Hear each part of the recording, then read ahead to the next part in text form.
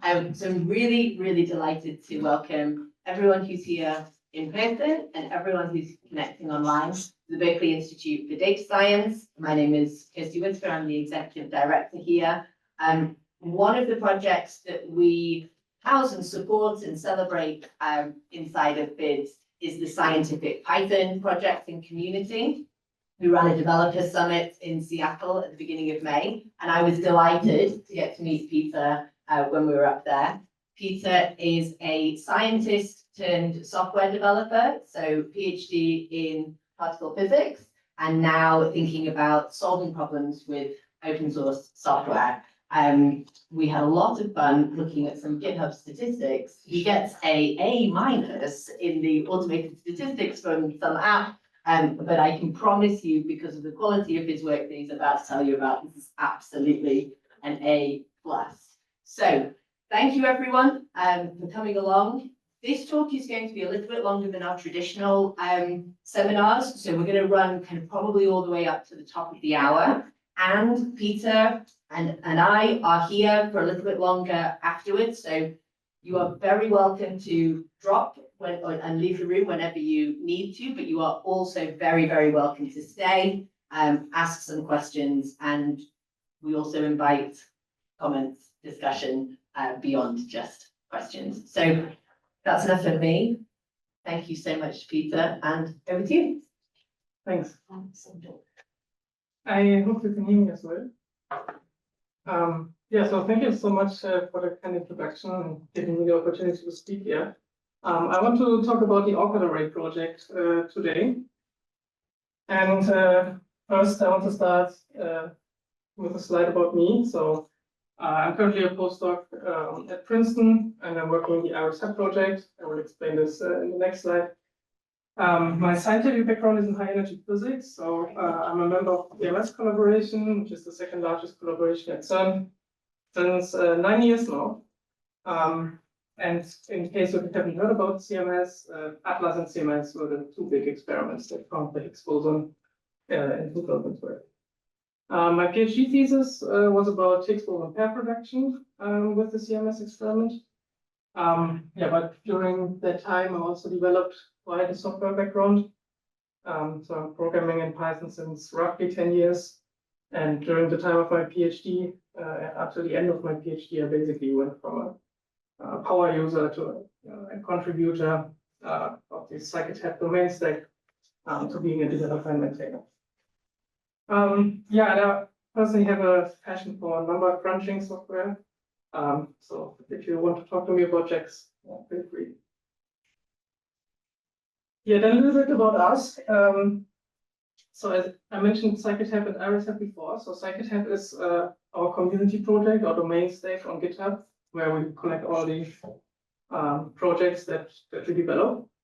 And then there's also IRSAP, which is a software institute funded by the National Science Foundation. And you can see on the map on the bottom right, many institutes all over the US are part of this group. I want to give a little bit of an introduction about high energy physics, because this is basically where awkward array came from. And in high energy physics, we are interested in understanding the fundamental building blocks of our universe. And this is a lot about particle interactions. And what we usually do, for example, at CERN or other experiments, is we shoot particles against each other and take pictures. And that's how we probe these interactions. And the analysis of these pictures is basically, in a very simplified way, done in 3 steps. So first, we identify from these outcomes of the collision what is interesting. Then we build combinatorics, so we basically group together particles and see where they originally come from. And then we reconstruct physical properties like an invariant mass. And on the left, you can see a picture from the omega minus discovery. And you see a lot of white lines. These are all the particles that came out of this collision. But as you can see, only the green ones are of interest. So we need a way to isolate the interesting ones. And then you can also see that some of these particles decay into others. Like, for example, this gamma here, this photon, decays into E plus, E minus. But we only see E plus, E minus in the detector. So what we do is basically build the combinatorics of both and reconstruct the photon. And then we do this with all these decay products until we can reconstruct back the particle that we're interested in, the omega minus. And then we are, for example, interested in the mass or some other physical property. They actually did this manually in the 60s. So they were looking at these 2D images and they analyzed by hand more than 100,000 of these pictures. And if I got this correct, this picture was found here at Berkeley. So to discover the omega minus. Nowadays, the experiments are big, they are much bigger. So at CERN, we have this accelerator, roughly 100 meters in the ground.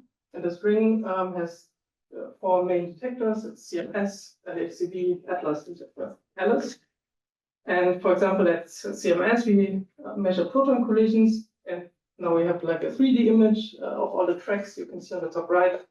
But the analysis of these collisions are still the same. So we basically, from all these yellow lines, we're interested in which ones are of interest, which ones are electrons, for example, or muons. And then we have to build the combinations of those to find the original particle that they basically decay from. And then we reconstruct physical properties again. This is what CMS and Atlas did in 2012 for the discovery of the Higgs boson. And here this is reconstructed in varying mass of 4 leptons, so muons and electrons. And you can see in red there's this excess of the Higgs peak that matches the data. From a computational point of view, high energy physics has several challenges. So we have to deal with a lot of data. Like our detectors, they measure 40 million collisions per second. And each collision is of roughly 1 megabyte of data. So we have a data rate of 40 terabytes per second. Every event, so every collision is independent of the next one, which gives us some nice factorization opportunity. Every event produces a varied number of particles. So if you collide, let's say 2 protons, there can be 1 electron or 2 or even more coming out. So we have to use this jagged data. And the detectors measure a collection of information per particle, like momentum, energy, position. So we want to represent our data basically as arrays of strings. And yeah, as I said before, one thing that we do quite heavily is combining decay products into their parent particles. And this is very similar to joints in SQL. I want to focus the first part of my talk about the lower part, because this is really what awkward array solves does. So you can represent and manipulate jagged data very efficiently. So the awkward array project, this screenshot from the GitHub README, was mainly developed by the IRSAP project and primarily by people who worked at Princeton in the Pixie department and the physics department. Originally, it was started by Jim Pivarsky, who changed positions recently, and Angus, Jana, Henry, Andres, and me, who now basically development and mainly support this. Of course, we have contributors from outside and also from other institutes of the IRSAP project. To give you a direct preview of how awkward array looks like. So on the top, you can see how you can construct an array. Oh, sorry. So this array has, for example, an outer length of 3, and inside there are records, that we call them records, which are basically named fields. And you can see that, for example, this Y here has first the length of 1, and here it has 2 elements, and then it has 3 elements, then 4, and then 5. So this is basically adding a jagged dimension in an array. What we can do now in awkward arrays, basically using NumPy-like expressions to work with these arrays. So we can say Okay, from this array, I want to select all the fields, so the field Y. And then on the last dimension, I slice the first element away. And then I take the square root of this. If you do this in equivalent Python, you would have to write several nested for loops and track the temporaries and intermediates. And so this is implemented using kernels and slicing syntax. So we can basically bring down the runtime, the memory footprint by quite a lot, like just comparing to run directly with primitive Python code. So in case you're not familiar with how jagged arrays can be represented, on the left you can see how users would write or would basically define an awkward array or jagged array. And on the right you can see the memory layout. So let's take this example. So we have again three outer elements, and each of them have different lengths. So the first one has 3 entries, the second one has 1 entry, and the last one has 2. And we basically store the following information in memory. So we store a flat array of all the contents. And then we store also starts and stops, for example. In the starts and stops, we basically say where does the first 3 elements start and where do they stop. And with that information, we can basically construct an awkward or a jagged array. Now we can also do some manipulations. For example, as I showed before, removing the first element in the last dimension. So you can apply slicing syntax like with NumPy-like. And the output is then basically slicing away to 50, slicing away to 5, slicing away to 40. And interestingly, you can do that by just adding a +1 to the start and just have basically a shrink view on the data.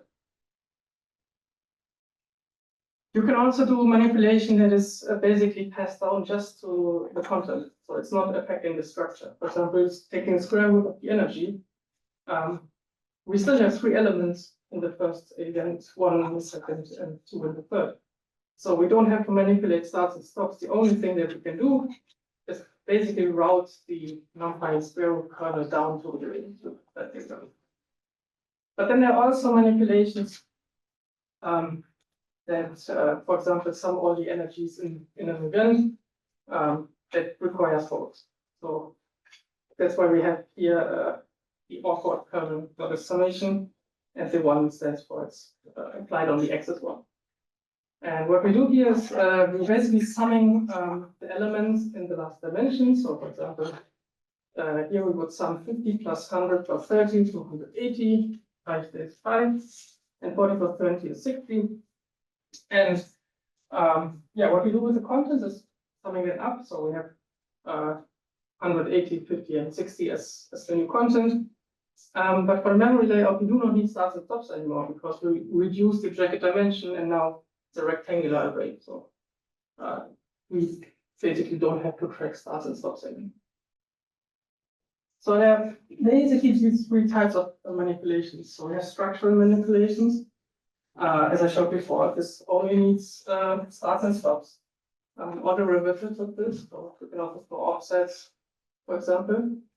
And this is very efficient because we actually don't need data for this. We only need to know the offsets for the starts and stops. So if we have something that we need to load from disk, we can actually skip loading the data entirely because the slice doesn't need it. So this allows us to do some I/O optimization. Data manipulations is exactly vice versa, so it's independent of the structure. It only needs the flat contents of data. So what we can do here is we can route the past NumPy contents directly to the flat data. But then there are also these more complex jagged manipulations where we need structural information, but we also need the data. And for that, we wrote dedicated kernels. There's an awkward CPP library that is automatically shipped with awkward array. Then, as I showed you before, we are often interested in combining elements from, so basically calculating combinations of values inside an awkward array. And this is similar to a self-join SQL. So let's take an example here. We have this array X, and then we calculate the combinations, like all the 2 combinations. So we would do 1, 2, 1, 3, and 2, 3 for the first one. The second is empty, and then we have yeah, quite some more for the last one. And you can visually look at this by basically calculating all the combinations here. By default, like the combinations that are duplicated are skipped, but they can be included, of course. And we can also do this across various axes. Then we're also interested in doing a Cartesian product between 2 arrays, for example, between all the muons and electrons in our events. And for this, we have this function called Cartesian because it's a Cartesian product. And here we can basically do a Cartesian product between x and y, where we then do 1a, 2a, 3a for the first element. The second is empty again, and then for the last one, we have 4c, 5c, 6c, and 7c. Then I also said in the beginning that we are usually interested in grouping things semantically, because this is just more comfortable for us physicists to work with. So what we do is basically we have this concept of record arrays, where we group arrays into a meaningful structure. So we have this outer array of events, and this one contains a jagged array of electrons, and these may have physical properties like mass, energy, momentum, and so on. So you would have to read this as something like events is a record array of particle types, like muons or electrons, and where each of these particles is a record array of different physical properties. And these fields, electron and mass, they are of fixed length, they are typed and possibly named. So you can also have a record array that has no name, but it's just basically a tuple. In high energy physics, events typically look like this. So one event is, for example, it has 2 electrons, which each has transverse momentum at time pi, which is some positional coordinates, and then 3 muons with the same properties. But in the second event, you may have 2 less muons, but then you also have photons, and these photons may have also different properties, like it has some identification properties. So it's highly ragged in the sense of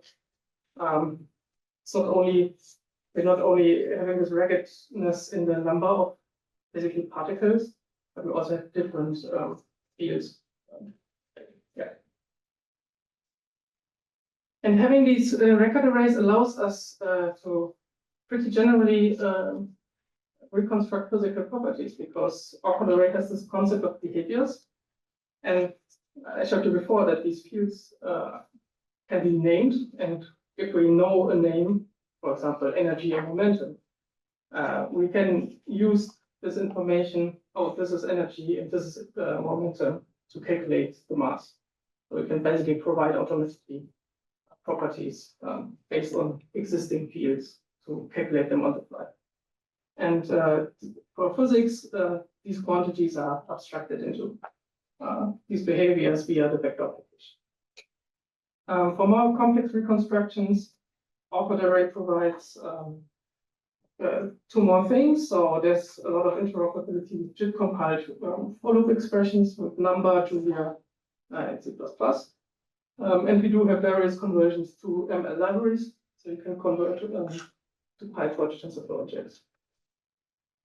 I want to give an example of how this works with number. I'm not sure if you're familiar with number, but I hope this gives a good impression. So we basically initialize an awkward array in the top. And what we're now interested in is summing over the field y in the last dimension. So we want to have basically an array that has the elements 10, 0, 25, 21, because 1 plus 1 plus 2 plus 1 plus 2 plus 3 is 10. So what we do with array operations, we basically say, okay, first we select the field y, then we sum over the last axis, and then we sum again over the last axis to basically eliminate the axis. And then we end up with an array of 10, 0, 25, and 21. If you're very familiar with array operations, that might be intuitive, but you can imagine this can become quite complex. So what you can do is also writing for loops, just in Python. We first allocate, so we have this function here, we first allocate an output array of zeros, the outer length of the array. Then we loop over the records, so this dictionary X and Y. And then inside of this loop, we loop again over the elements of Y.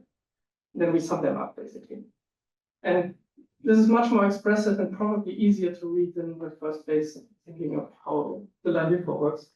And if you do this, you end up with the same output.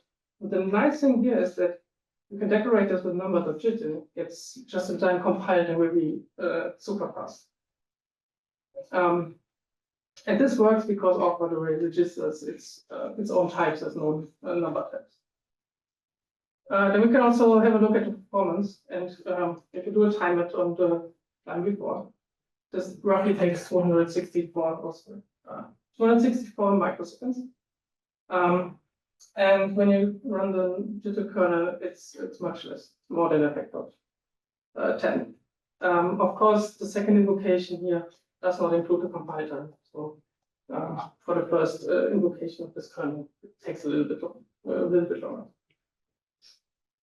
Yeah, so awkward array provides all these ingredients for high physics that I mentioned before. You can do slicing, so you can isolate interesting tracks or particles.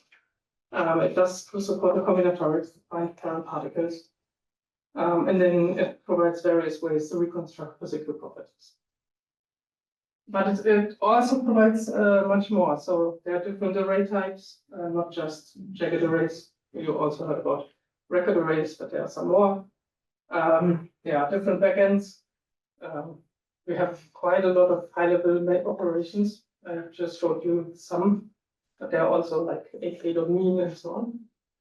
And then there are other features. For example, there's metadata handling, like X-array, named dimensions, and so on. Now, first want to quickly go through different array types. So typically users interact with this high-level array, which is called ak.capital array. And I showed you examples before to initialize this one. And usually users would only interact with this array type because it's supposed to look and feel like a NumPy array, which is something people are very familiar with.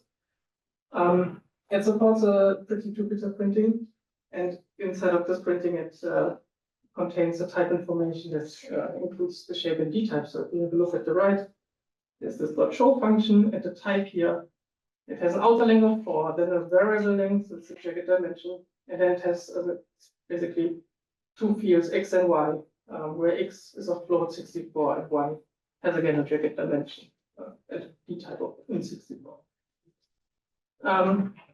Yeah, similar to X-array, these high-level arrays also do have this address, something that X-array introduced to the arrays. Yeah, and what you can do is you can use NumPy-like indexing, including fancy indexing with other awkward arrays. So you can basically say, I want to index the original array with ak.num is basically telling you how many elements are on the last axis, and then I say exactly 3. And you can see here that I'm basically slicing away all the Y fields that do not have the number of elements equals to 3. The next level down are layouts, and this is basically how we internally store awkward arrays. So they have an XML-like structure, and each of the different types of these layout arrays, and they have different purposes. So, for example, there's a list offset array that one has offsets and contents, and this is the jagged list that I showed you before. Then there are record arrays, and record arrays have fields. So there's a field X, there's a field Y, and then on the very bottom of the stack, so to say, there are the NumPy arrays, which are just flat data. And you can basically plug together any of these types and construct arbitrary complex awkward arrays. And then the lowest level are so-called forms, and this is the concept is very similar to, it reminds me often of pie trees from Jax or PyTorch, for example, because here we can basically decompose a layout into a blueprint, which is just holding metadata, and the actual arrays that are at the bottom of the leaves. And we can do this with two buffers, and we have this blueprint form and the arrays. And this blueprint form is basically just JSON-like metadata to reconstruct the awkward array.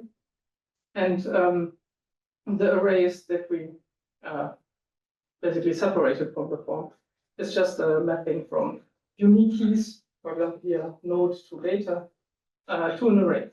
And if we reconstruct it with from buffers, we're basically putting node to data at a point where you find the form key node 2. And then we basically plug together again, given the form and the mapping to an awkward array. Yeah, so there are basically three levels of awkward arrays. That's high level, the one that users interact with. There are layouts that implement all the jagged logic and structs of arrays and stuff like this. And there are forms which basically separate the metadata structure from the actual arrays. And yeah, the latter two are basically awkward internals.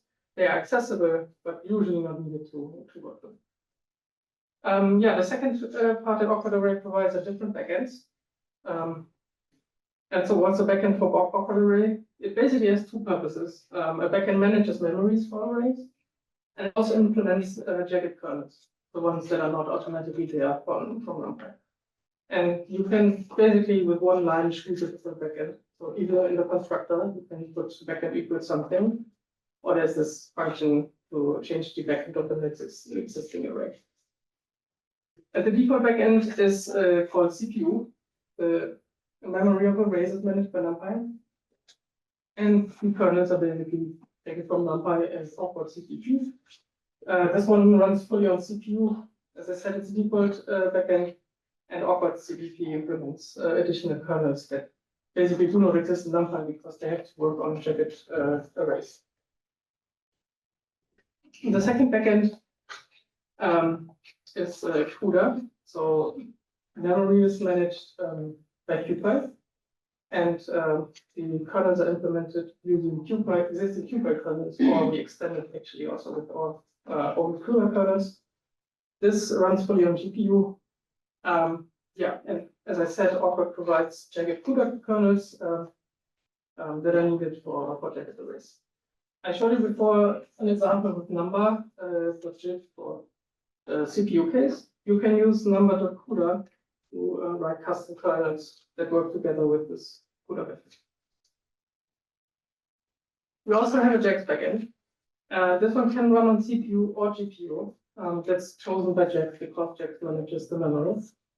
The kernels are implemented, they use purely JAX kernels, and we have the possibility to do this because they are the so-called segment kernels. Segment kernels are basically, you have a reference array that's defining like segments, and then you can say, okay, the first elements are 4 zeros, and then it sums basically these 4 zeros together in the original array. We cannot just compile this because it requires us to know the shapes at compile time. This is something that awkward array cannot guarantee. But we can make use of auto differentiation. So we can take the gradients through awkward array using auto differentiation. And then the last backend, this may be a bit confusing now, but I hope I can clarify it a bit later. So there's a backend called type tracer. And basically, we introduced this concept on our own. So there's this type tracer array that manages the memory of arrays, and there's the type tracer kernel library, so to say. And the idea is that type tracer arrays, they are pure Python objects. They do not hold any numerical values, but instead they just are basically duck-typed arrays. So they look and behave like arrays, but they don't have any values in them. Yeah, the type tracer module, as I said, implements basically a subset of all the array API methods that we need to work with an offered array. But yeah, as I said, more on those later. The last thing I want to highlight here, because that was also a big chunk of my work when I started at Princeton, is adding named dimensions and access. And named access have several benefits. Of course, it's more readable and understandable. And you can imagine that many supervisors in high energy physics wish for this so they can read their students' code in a better way. They lead to less errors because you're not summing over wrong access, because you're consciously saying, okay, I want to sum over, let's say, all the electrons. And they can provide safety opportunities. So what we can do is, if we do a binary operation that involve like this addition, that involve two access with different names, we can throw an error because that's likely not what was intended.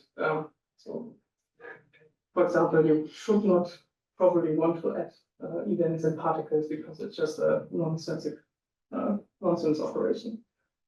There's also a nice write-up by Harvard and the PT where named access are important. I can recommend to read this. It's basically motivating it from a computer vision point of view. Yeah, doing a prototype in PyTorch, but that was a big inspiration to get them to operate. So the basics is basically you can add named access directly to the constructor of an operator array. So you can so this array here has two dimensions.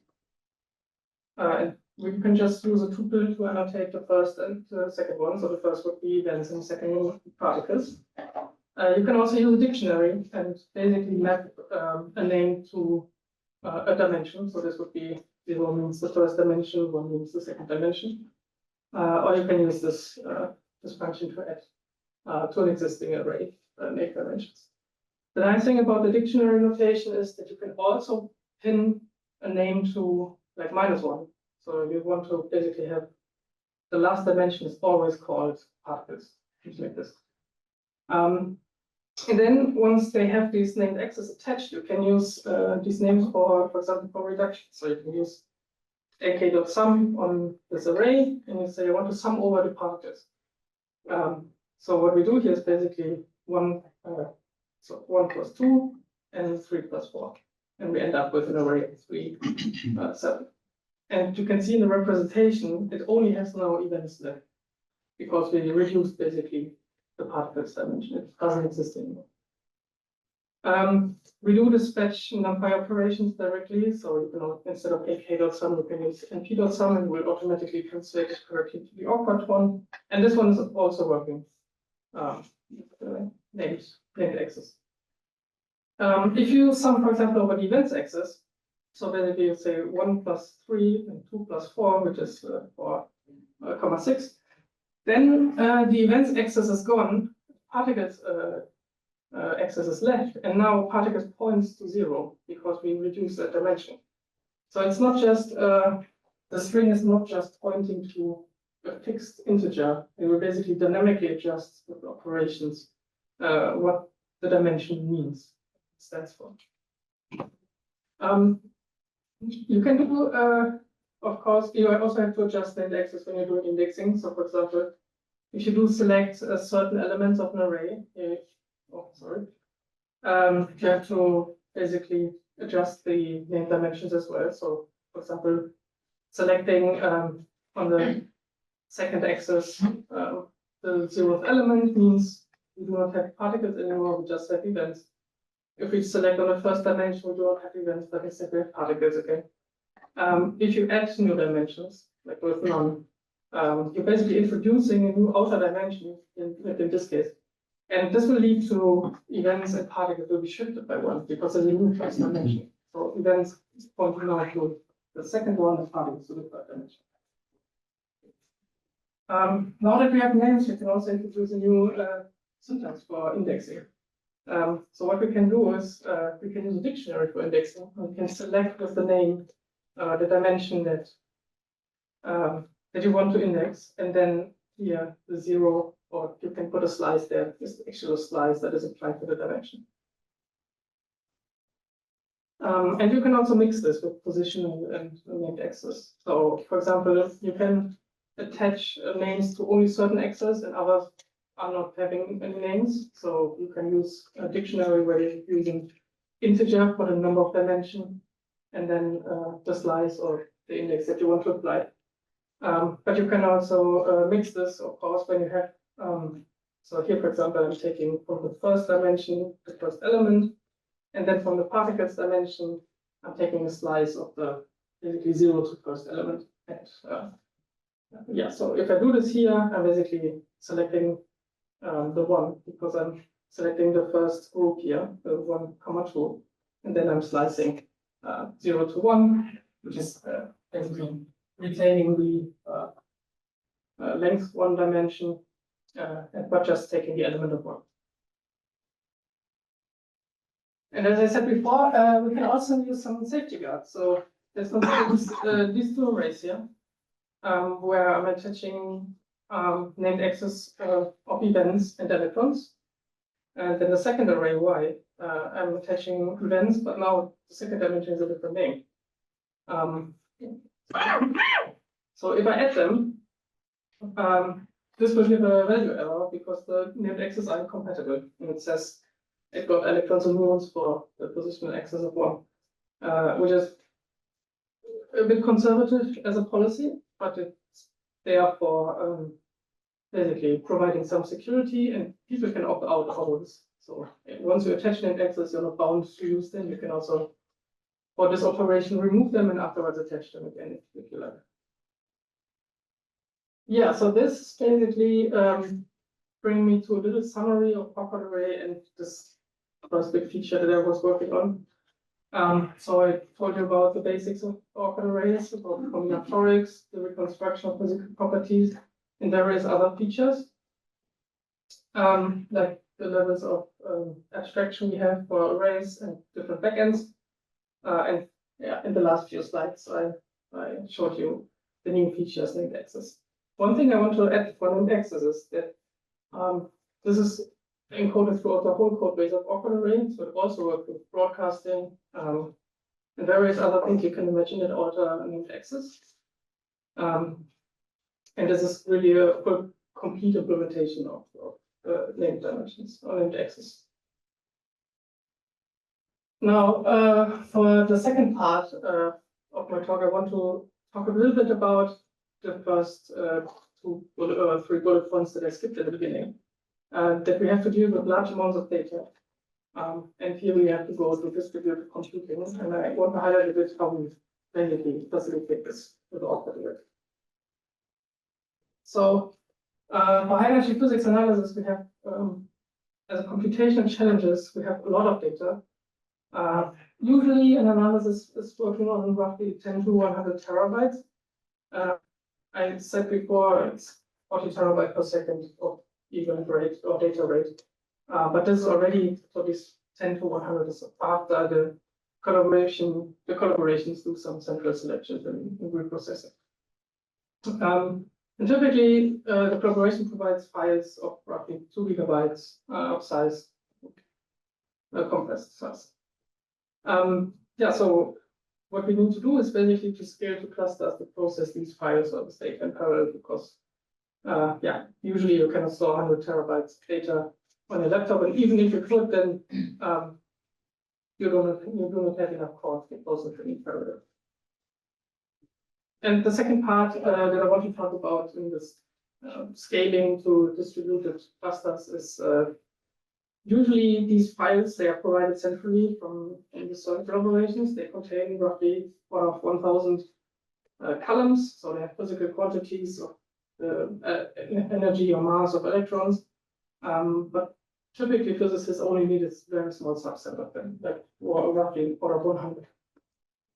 And the memory of our clusters is quite limited, so it would be quite bad if we load all the 1,000 columns, but only use 100 because then we're wasting a factor of 10 of memory.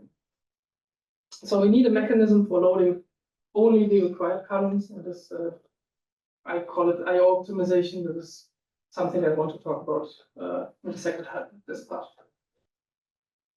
So now first about the scaling to a cluster.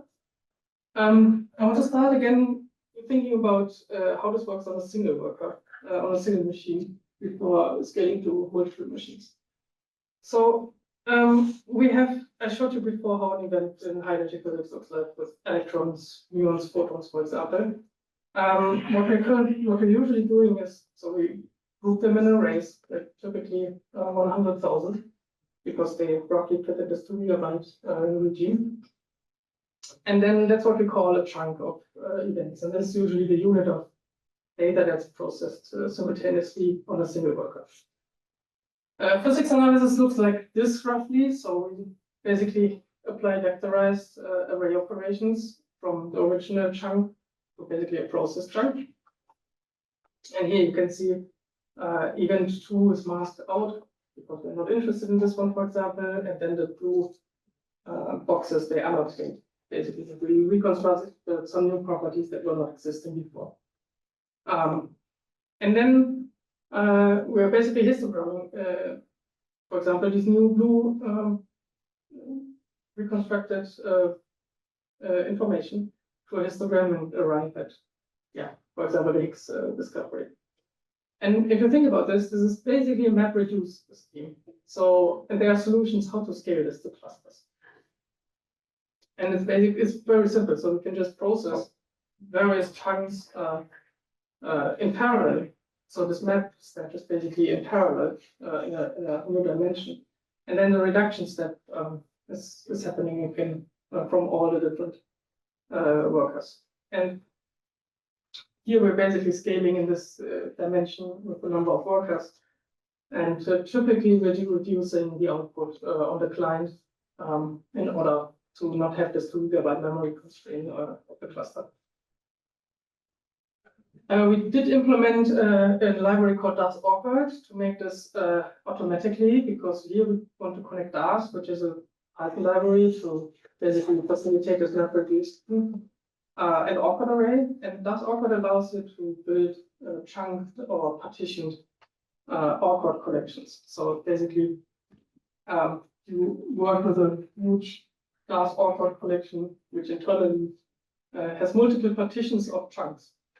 And what it also allows you to do is to build complex task graphs. So not just map and reduce, but also various granularity of the actual operations that are happening. And one example sketch that I want to show here, when you go from the very top, the original events, to the histogram on the right. This is a small excerpt of the actual sketch of the task graph. But these are just the 2 layers, but they have more than a few hundred ones. And here we have, for example, leptons. Oh, sorry. Leptons on the very left. We select the first one. We do this combinations, the combinatorics that I showed before. We have 2 leptons. We select them again. Then we access some properties of them. Check if they are equal and stuff like this. So we can make each part of our analysis part of the task graph. But of course, DAS wants to schedule each operation on the cluster.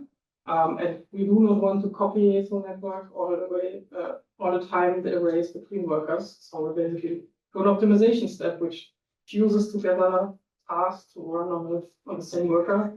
But we also have the opportunity to eliminate tasks that are actually not needed. So if physicists write calculate the invariant mass of something, but at the end we're not even histogramming it, so why calculate it in the first place? This optimization step can also get rid of unnecessary computations. And this huge order of 100 layers graph is then typically optimized into the original map and reduce, but it doesn't have any unnecessary computations with it. So I think it's quite intuitive to think about this from 2 perspectives. So first, from a single worker point of view, the single worker is just working on a chunk of events. We're using, I call it implicit vectorization, so basically SIMD for array paradigms. So we can use NumPy kernels and so on to basically have very fast implementations that work on these 100,000 of events. And the data locality is from the view of a single worker. Of course, the data lives in the RAM, but and the CPU caches. From a cluster point of view, basically a cluster works on multiple chunks of events at the same time, each worker on one chunk. This is the parallelization that is also kind of implicit because we abstract that with Dart across a cluster of multiple workers. And the data locality here is that usually data is streamed via network into each worker, and then it has it in RAM or in CPU caches for processing. Yeah, and now I want to talk about the second part, just to remind you. Here we have this problem of our files, they have roughly 1,000 columns of different physical quantities, but we're only interested in a subset of them. So we need to basically do some analysis of what we actually need and only load those into memory. And one thing I want to think you about is array tracing, and I hope you do not know the concept yet. So I would like to ask you what this function does. Anyone has an idea?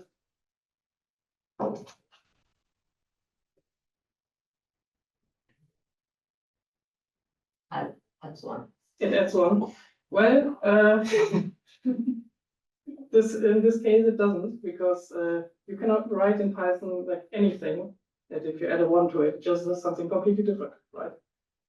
So what we need to do is we need to find out what happens inside of this function, and we need to understand what happens inside of this function first without loading any data, and only what happens to arrays in this function. And for this we use the concept of tracing. And how do tracers work? So this is a lightweight implementation of a tracer. So the tracer has this attribute, which is a recording.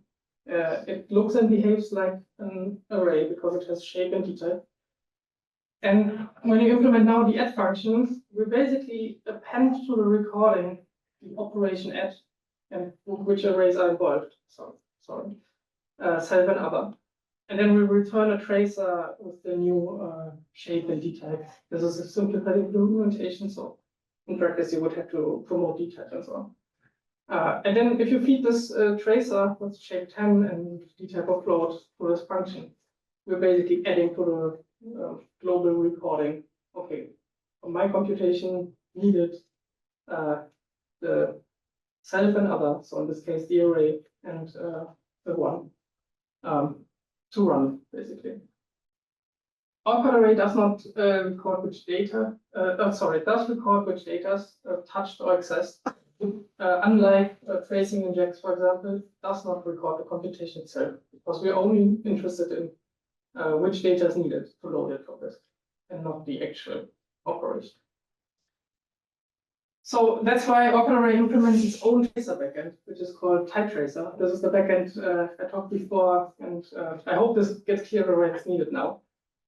So the type tracer records only what data has been touched by computation. It does not record the computation itself. And the tracing procedure is basically as follows. So at first we have to delay the actual computation. We don't want to run it because that means we load everything. We can do this with Dask because Dask is, when you write a code, it just records everything in a compute graph, and only upon calling .compute, it triggers the computation. Then instead of calling it with actual arrays, the second step is we run the computation, the analysis once, but this time with a tracer and not with actual data. And then we have this recording of all the columns that we need. So the third step is basically we load only these that are present in the recording from this, and we do not load anything else.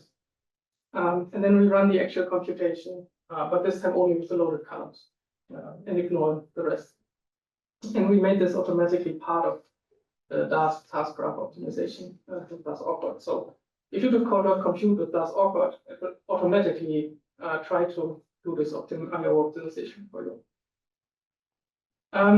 Array tracing does have some drawbacks because tracers do not know about their data. They only know about their shape and detail. So you cannot do any data dependent operations. So you cannot say if some value is larger than 10 in an array. The tracer doesn't understand it because it doesn't have any values. Tracers can only follow one path of an if-else statement. And so in principle, you have to trace both branches. And this is usually solved in JAX, for example, by using where statements. We need to trace the computation that would happen with actual data. So we need to make sure that we have pure functions. So if during tracing something you flip a switch and during the actual computation, it would do something different. We wouldn't have traced that part. So there would be a mismatch between what we trace and what's actually wrong. And this is of course a bit tricky because it relies on the users to implement something like this. And of course it can be a little bit tricky to debug because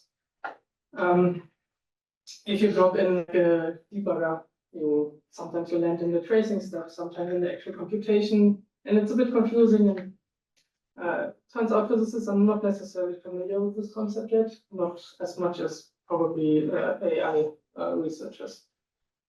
So yeah, it requires some support and teaching about these new concepts. So that's why we came up with virtual arrays, basically lazy arrays as a second IO optimization. I marked it currently in R&D. It's available in the latest Awkward release, and it's basically a concept that we've implemented a few years ago, but we now revisit it. And the idea is basically we lazily load the individual arrays of an awkward array whenever they are needed. So when like the sum needs some data, awkward array loads it. And what we did is we implemented this at the lowest internal level to form with the array container to have the highest granularity of basically laziness. And the trick here is that each array in this container can be replaced by a callable that would load the data. So every time awkward array needs it, it can just call the callable and access the data. And this is, you can imagine this is somewhat like generic NumPy for arrays. And it turns out that virtual arrays are much more robust than tracing, and this is because, well, if you do something like, if this element is greater than 10, then well, virtual arrays will just load it and check. But tracing cannot because they never have access to loading the data. It does have some drawbacks. So we're losing basically the ahead of time knowledge of all the columns that we need. So this is giving us not the ability for the most optimal data access. So we cannot group the request for multiple columns in a single network request. And just basically load them on demand. And there can be some performance hits if you stream every time via a network. Just to give you an example. Just a time check, because you're just at the top of the hour, but you're really close to the end. Yes, I'm very close to the end. So just an example for virtual arrays. So this is basically this from buffers that I showed before. So we have this blueprint form and arrays. And this arrays container is having these unique keys mapping to arrays. But now you can basically substitute this by callables. And basically, for example, putting lambdas before, making it even more complex, like network requests to get the array. And then we get a virtual array. And what you can do now with virtual arrays is you can look at them and you can see they have question marks here because they don't have loaded any data yet. They do know about their shape and D types because the form encodes all of this. If we access, for example, the Y field, they still don't show us anything. But if we do a sum over the Y fields, they load the data and call basically the callable from the mapping. So you have them available in memory. If we look again then on the Y field, we just loaded them, so we can have a look at them. And if you look at the original array, you can see that, well, for Y, we have the values available, but for X we do not, because we have not triggered any computation of X, so there's still this question mark. So yeah, overview about the distributed awkward array. Basically, the upper level is about parallelization. So on a single marker, we use awkward array and SIMD vectorized kernels. And then can also scale on a cluster with task and does awkward. For the IO optimization to reduce memory, we can either do tracing to get all the required columns ahead of time, or we can do them on demand with virtual arrays. And that brings me also to my summary. So I hope I stayed within the hour. Yeah, so orchid array is a generic array library for record arrays. It focuses on working with record arrays and not necessarily the serialization, unlike ILO, for example. It has quite some powerful features, which are, for example, different backends, metadata handling like Xarray, and named access.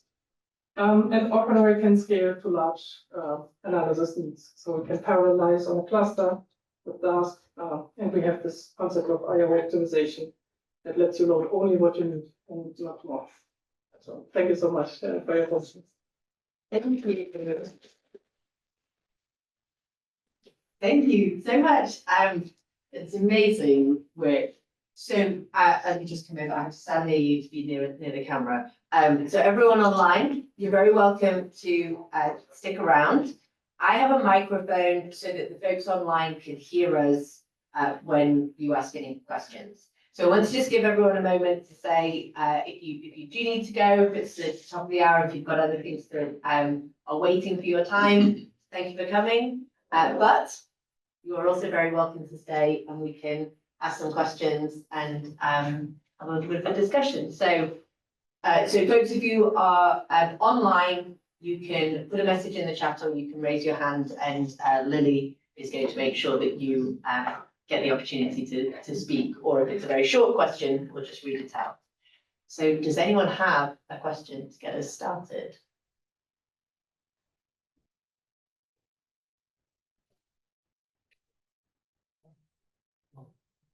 Okay, I see one hand raised. We've got here. a hand raised. Thank Okay. you. Matthew Pepper. Matthew, yeah, do you want to unmute Matthew? Unmute himself. Yeah, Matthew. Sure. So, Hello, you are just a voice. Go for it. yeah, great talk as always, Peter. I'm a fellow particle physics person, so I'm very familiar with Awkward, but in your talk, you focused a lot on the great technology that has been developed by the Awkward team and also the applications to particle physics. But since these like jagged and ragged structures are kind of generic, can you maybe give some examples of like possible other areas of like domain science where this might be interesting? Or I know that you and Jim have given some tutorials where you've kind of given other examples as well. Yes. So there are basically two applications that come to my mind directly. So the first one is text analysis. Awkward array actually implements functionalities for this. So basically, if you represent text, sentences as arrays, where, for example, you have a jagged dimension because each sentence has a different number of words, and then each word has a different number of characters. You immediately have a jagged arrays. Then you can do things like I want to mask out certain words or slice the first word of each sentence and stuff like this. And I think the second application that I know of is in astronomy. So you basically, if you have a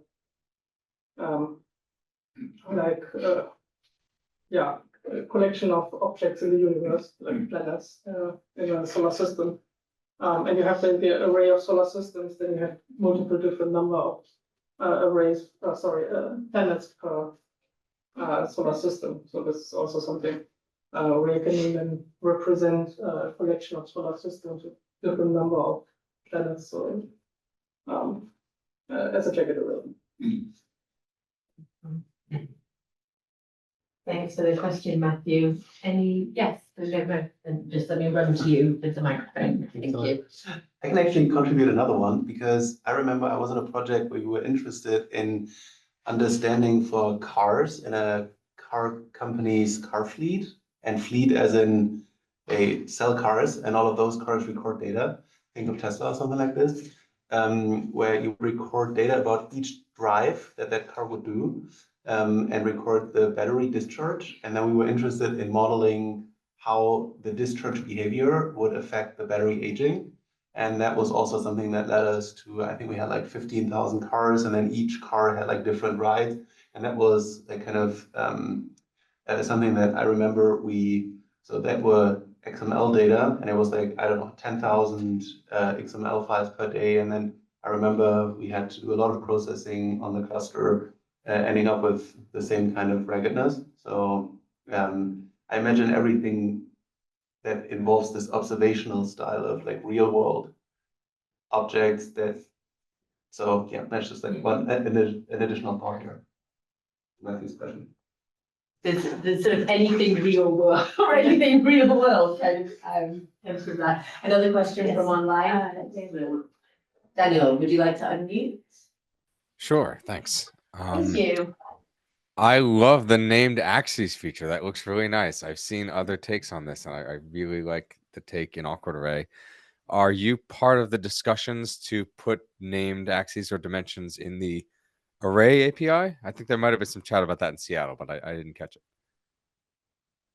Yes, so we had a discussion in Seattle about this. I think I did not follow up to you about this discussion, so it's I would say an open to do. So Do you mind just sort of, for the folks who weren't there, just kind of expanding on yeah, sure. So basically, a few weeks ago in Seattle, the scientific Python community met and talked about various things, and one of those were specific for the Array API, which is trying to generalize array libraries in Python. And I was bringing up the idea of adding named dimensions automatically to this. So as you can do it with mask arrays.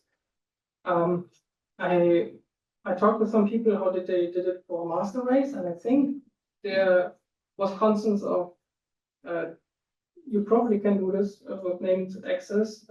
Yeah, but unfortunately there wasn't a follow-up about time during the workshop to actually give it a try and implement. Thanks. And I'll just add on top of that kind of one of the purposes of the scientific Python project and community is to recognize where either there are multiple ways of doing something that makes it difficult for users to kind of stitch packages together, or there's a sort of added complexity of thinking, oh, well, when I'm using this package, I have to think about it this way. When I'm using this package, I have to do it a different way. So there's a piece of work around sort of harmonizing across the scientific Python ecosystem.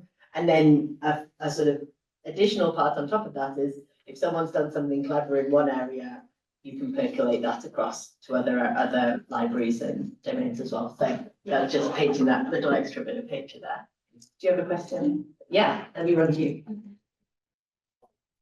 Whether anyone used like for neural circuits, because like you basically can simulate each neuron, but the problem is that we probably don't have the exact sort of a ground truth of each neuron. It's more like really just simulation, because I'm just piggyback on his example, use the car fleet. But because I'm interested in working on the neural circuits, I'm just wondering whether someone has done something either directly using this or somewhat similar. Thank you. I'm personally not aware of this. I would say, I think the rule of thumb is basically if you have like some ragged dimension in your data, like each neuron has a different number of properties or values that if you want to measure, then I would recommend to use a ragged array library like Awkward Array. If you work with rectangular arrays anyway, I think it's not necessarily something you want to buy in, unless you want to make use of the other features like different backends, metadata handling, and so on. I hope that gives you a direction. I'll also sort of editorialize on top as well, which is to say, actually, maybe I can ask this as a question, but I'll frame why I'm asking it. How young or old is Awkward Array as a project? And part of the reason that we're really excited to have Peter here and to have you here is one of the challenges with interdisciplinary research is actually having people from other domains know that this is a thing that you can do. So kind of being inspired by what's happening in high energy particle physics and translating that across to neuroscience or neuroinformatics is a huge goal and motivation of the existence of bids. And so I want to be very clear that just because people haven't done it yet doesn't mean that you should not be the first person to take it forward. So yeah, do you want to just answer the question of how young or old is Awkward Array? Yes, so maybe Matthew can correct me because he's a bit longer than I was than I am, but from my knowledge, Jim Pivarski initially started a project roughly 10 years ago. And then it was first formulated in Awkward 0 as a first release. And that was written in pure Python and NumPy. And then it became obvious that there was a need for these jagged kernels. So there was a rewrite for Awkward 1 to be written in C++. I think that was roughly 5 years ago. And then roughly 2 to 3 years ago, there was another major rewrite. So there was Awkward 2.0, which was basically still keeping these bracket kernels, but much more focusing to be interoperable with the rest of the scientific Python ecosystem. So we can use Dask and JAX as libraries to work basically together. That's awesome. I'm going to ask one more question, but I know there's questions online. Sorry. Do you have an estimate of how many users there are for Awkward Array? I mean, you're welcome to just say a few, some, and lots, but do you have a feeling? I mean, okay, then a little bit less than it is. Yeah. Number of users, that's a good question. I think Jim showed a graph about how many users there were over time. I do not have the number. Maybe You said many thousands. Yes. Thank you, Matthew. Yes. Thank you, Matthew. Some good teamwork from me online attendees. I would say many thousands of users. That was expecting. Yes. There was a question online. Stefan, go for it. Hi, Peter. Thanks for your talk. Really great to see what you've done with the library. I was curious, so now that you've got labeled or named axes, it starts to look a little bit like Awkward Array can replace some X-array functionality, and you also get acceleration free out of the box. So how do you see the relationship between Awkward Array and X-array going forward? Yeah, that's a good question. I think, okay, I might be wrong with the statement, but I think X-array is not working with ragged dimensions.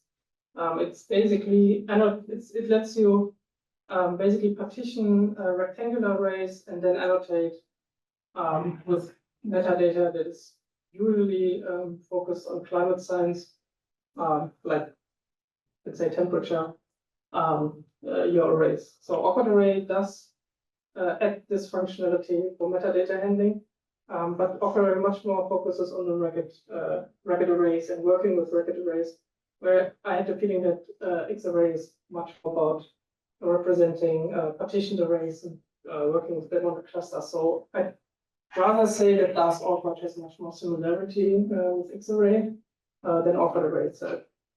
But I'm also not a big expert on X-array, so. Yeah, but Stefan, because we purposefully kept some time here for discussion, so I do want to kind of invite, like, we don't have to just spend an hour quizzing Peter. So I don't know, Stefan, if you have a thought about that, because when I heard the question, the way that Stefan asked it, I was like, ooh, are you just like going to take over X-array? And actually, honestly, like, it's a slightly spicy question if that's the answer, but it is also a feature to harmonize across the ecosystem. If there's development that happens, then it makes sense to bring things together. So Stefan, do you want to unmute and kind of give your version of that answer, or is it an open question for the community to friendlily figure out themselves? I was just thinking, if I have like heavy rectangular array data I need to process, maybe X-ray is still the place, but it sounds like now if I have an application where I would specifically benefit from acceleration, for example, and I don't need all of the X-array features, then maybe I can, get something out of Awkward Array that I wouldn't have been able to do before. Anyway, just curiosity. I imagine they serve distinct purposes. I was just curious, what you foresee users might do. Certainly, I think I would agree with what that's saying. So there was one more Great. comment, just a comment that, and I believe you had a question, Oh, so I'll just thank read you. out the comment. You were from running ahead of the Daniel. microphone. Yeah, there was just a comment from Daniel. He says, as a happy user of both Awkward and X-Ray, I think X-Ray does reflect some fine tuning for the needs of the client science community. Whereas, then it just scrolled, whereas Awkward is a more fundamental data structure. Great. I think one thing you may want to keep in mind is this, there might be cases when you use awkward array with rectangular arrays that you introduce starts and stops that are actually not necessary. Usually they're optimized away, but maybe in some cases that might happen and then may blow a little bit of memory. It's not a lot, but in that case, it's always safer if you have rectangular data to use, for example, accelerator. Amazing. Thank you. And thank you, Dan, for joining. Go for it. Yeah, so I'm working on a project where we're currently trying to use awkward array for some optimization. But we haven't been able to because I can't write from a number kernel to awkward array. Yes. And I'm barely started like looking into why that. I think it more lies on the number side. But is there any like feature of awkward array that would be preventing it from having number kernels writing to awkward array? Yes, so awkward arrays are immutable, and you cannot change values of an awkward array. But there's a solution for this with number kernels. So we have this concept of an array builder, where you can basically write or basically construct in for loops an awkward array. You do not use this ak.array, but instead of a different class. And you can populate basically a jagged array inside of a number kernel with this. So that I think that may suit exactly your needs. Okay.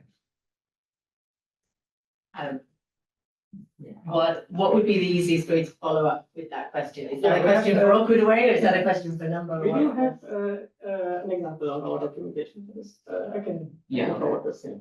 Amazing, amazing. Thank you. We are here to help problem solve. So I'm very interested in kind of the human side of sustaining open source projects.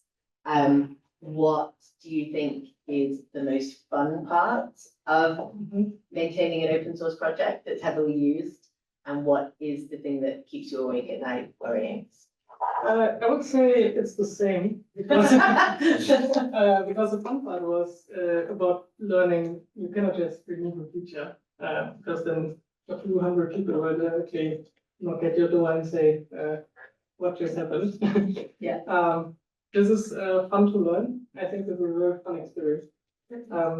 But at the same time, this is also a bit restricting because you cannot just overhaul the code base and introduce something new that may break something. So it's always, you have to think very carefully about what you change. So yeah, I would say it's actually both for me. Yeah, that's awesome. I love that. I love that as an answer. Thank you so much. Folks online, thank you so much for joining. Everyone here, you're very welcome to stay and informally chat with Peter. But otherwise, have a lovely afternoon and weekend when we get to it.